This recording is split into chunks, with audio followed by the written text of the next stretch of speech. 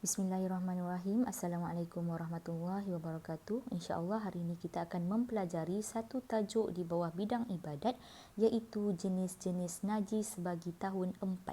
Sebelum tu kita akan lihat apa yang kita akan belajar pada hari ini. Yang pertama, maksud najis. Yang kedua, jenis-jenis najis. Yang ketiga, cara membersihkan najis. Okey, baiklah kita lihat maksud najis. Najis ialah semua benda kotor yang menghalang daripada sah solat kita seperti darah dan juga tahi.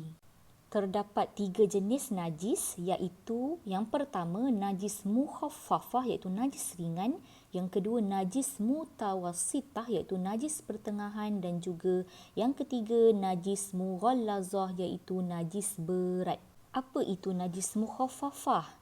Najis mukhaffafah ialah air kencing kanak-kanak lelaki yang berumur 2 tahun ke bawah yang hanya minum susu ibunya.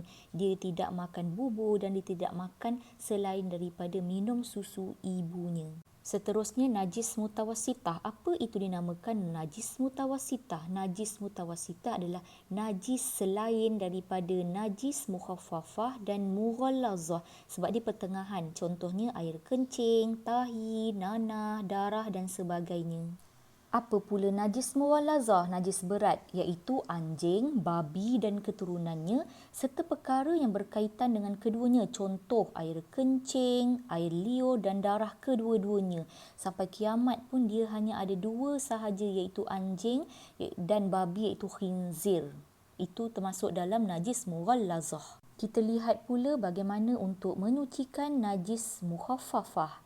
Ada satu sahaja cara, iaitu kita renjiskan air mutlak ke tempat yang terkena najis mukhaffafah tersebut, iaitu air kencing kanak-kanak lelaki yang berumur 2 tahun ke bawah. Kita hanya renjiskan air mutlak ke tempat yang terkena najis. Bagaimana pula kita nak menyucikan najis mutawassitah, iaitu najis pertengahan? Ada 2 cara.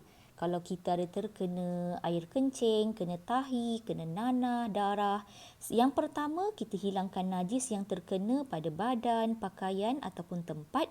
Dan yang kedua, kita basuh menggunakan air mutlak sehingga hilang bau, rasa dan juga warna.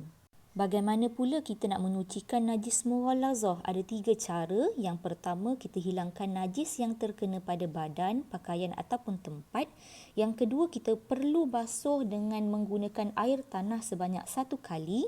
Dan yang ketiga, kita perlu basuh menggunakan air mutlak 6 kali sehingga hilang bau, rasa dan juga warna. Ini kalau kita terkena najis anjing ataupun khinzir. Untuk mengetahui hilangnya bau, rasa dan warna, kita boleh bau dan juga kita calit pakai jari, tapi bukannya jilat pakai lidah. Baiklah, setakat ini saja. Terima kasih. Assalamualaikum.